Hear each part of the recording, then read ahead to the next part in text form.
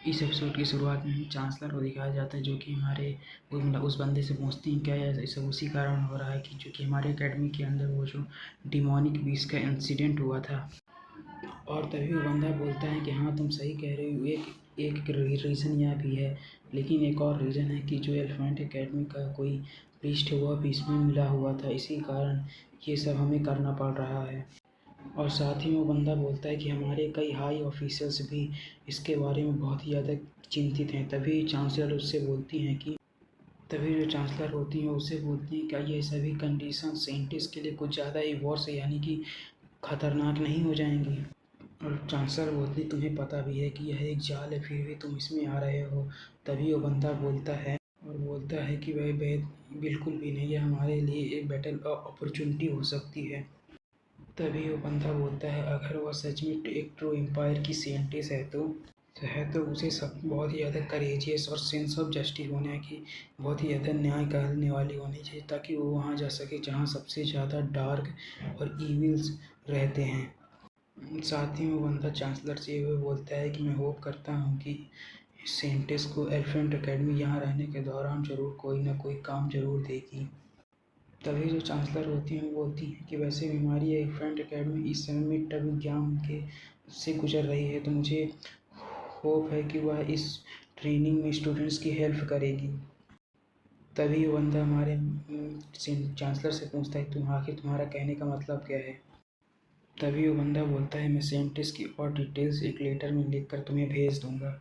और वह बोलता है कि तभी वो बंदा बोलता है कि तुम बस इतना जान लो कि हर चीज़ बुराई को नष्ट करने के लिए होती है, और यह लड़की हैरम को नष्ट करने की कोशिश कर सकती है। तभी जो चांसलर होते हैं उसकी आवाज़ सुनकर बोलती हैं कहीं तुम्हारा मतलब होली एम्परर से तो नहीं है। तभी चांसलर उस बंदे से बोलती हैं तुम्हारा जो नीचे दिखाने का हमें तरीका है वो कुछ ज़्यादा ही कैजुअल है। तभी जो चांसलर होते हैं उस बंदे से बोलती हैं मुझे नहीं पता कि वह साइंटिस्ट है या नहीं, लेकिन अगर जो तुम हमें ऑफ़र दे रहे हो अगर हम उसे मना कर दें तो आखिर तुम क्या करोगे। तभी जो बंदा होता है वो बोलता है कि अब मुझे नहीं पता, लेकिन अगर साइंटिस्ट खुद से आगे आकर वॉलंटियर करेंगी तो ये ज़्यादा अच्छी चीज़ें होंगी।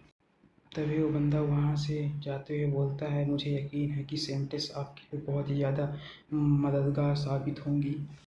तभी हमें चांसलर को दिखाया जाता है जो कि थोड़ी परेशान लग रही हैं और वह बोलती हैं कि यह तो बहुत ही ज़्यादा बेकार है। तभी जो चांसलर होते हैं अपने सिर पर हाथ रखते हुए बोलती हैं कि आखिर ये होली एम्परर करना क्या चाहते हैं। तभी उनकी नज़र एक मिरर पे पड़ती है और वो अपने मन में सोचती हैं कि मुझे नहीं लगा था कि मैं साइंटिस्ट से इतनी ज़्यादा ईज़िली तरीके से मिल पाऊँगी। तभी वो बोलती हैं लेकिन चिंता की बात तो ये है कि मुझे और हमारी एकेडमी को एक एम्पायर के रूप में यूज़ किया जा रहा है। तभी जो चांसलर होते हैं उसे हमारे मेन कैरेक्टर की याद आती है, जो उसे बोल रही होती हैं कि वह उन सभी डीमन वेसल्स को सेड्यूस करे जिनके अंदर की डीमन वेसल्स हो सकती हैं। और साथ ही में बोलती हैं कि ये सभी के सभी बहुत ही ज़्यादा पाखंडी इंसान हैं। साथ ही में जो चांसलर होती हैं बोलती हैं कि अपने लक्ष्य को पाने के लिए दूसरों को आगे बढ़ाना यही तो मैं हमेशा से करती आई हूँ।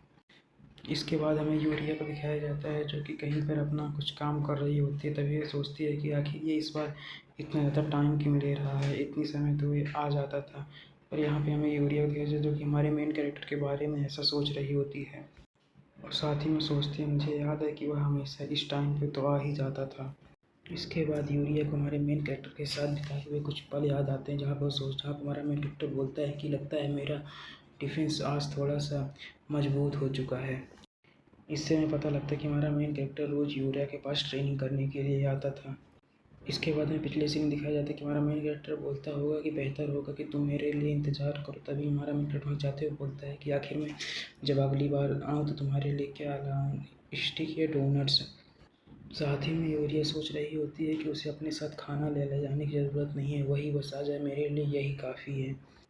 तभी कोई बोलता है हे यूरिया क्या तुम बोर हो रही। तभी हमें किसी दूसरे बंदे की बात सुनाई देती है जो कि बोलता है कि हाँ यह तो सिंपल सी बात है कि यह बोर हो रही है।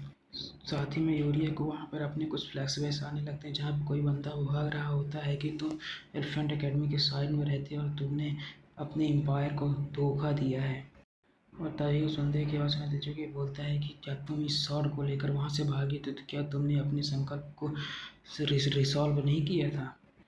साथ ही में बंदा बोल रहा होता है कि क्या तुमने ये एक्सेप्ट नहीं किया था कि तुम्हारे रास्ते में जो भी इंसान आएगा तुमसे मार डालोगी।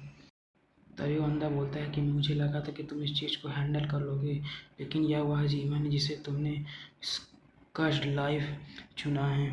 साथ ही में बंदा बोल रहा होता है कि बस तुम एक छोटी सी गलती के कारण तुम अंधी हो गई थी, तुम रियलिटी को नहीं चेंज कर सकती, तुम अकेले हो। इसी तरह वो आवाज़ जिसे बार बार सुनाई दे रही होती है और इसी तरह कुछ देर तक वो आवाज़ जिससे सुनाई देती है। इसके बाद हमें यूरिया दिखाया जाता है जब कुछ देर बाद ही इस चीज़ से बाहर आ चुकी होती है।